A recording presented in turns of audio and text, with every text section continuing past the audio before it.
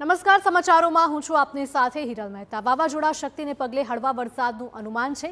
રાજ્યના વિવિધ વિસ્તારમાં હળવા વરસાદની હવામાન વિભાગ દ્વારા આગાહી આપવામાં આવી છે। હાલ 3 કિલોમીટર પ્રતિ કલાકની ઝડપે વાવાઝોડું આગળ વધી રહ્યું છે, એટલે કે વાવાઝોડાની સ્પીડ 17 કિલોમીટર પ્રતિ કલાકથી ઘટીને 3 કિલોમીટર પ્રતિ કલાક થઈ ગઈ છે, એટલે કે સ્પીડ ધીમે ધીમે ઘટી રહી છે। ગુજરાતના ઉત્તરના દરિયાકાંઠે LCS 3 સિગ્નલ જાહેર કરવામાં આવ્યું છે। ગુજરાતના દક્ષિણના દરિયાકાંઠે DW2 સિગ્નલ જાહેર કરાયું છે। આવતીકાલે વાવાઝોડું ગુજરાત તરફ યુ-ટર્ન લેશે। માછીમારોને દરિયો ન ખેડવા માટે સૂચના આપવામાં આવી છે।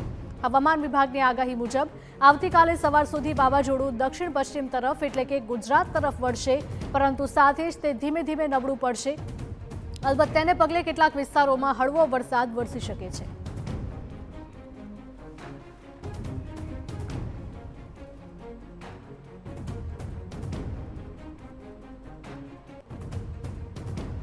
स्टॉर्म है ये अभी भी सेम पोजीशन पे बना हुआ है।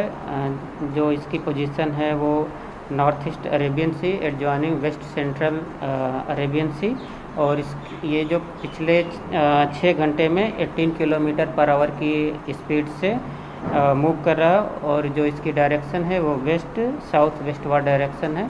और ये कल 6 अक्टूबर मॉर्निंग तक इसकी जो डायरेक्शन होगी वो वेस्ट साउथ वेस्टवर्ड डायरेक्शन रहेगी। इसके बाद ये धीरे धीरे वीक हो जाएगा।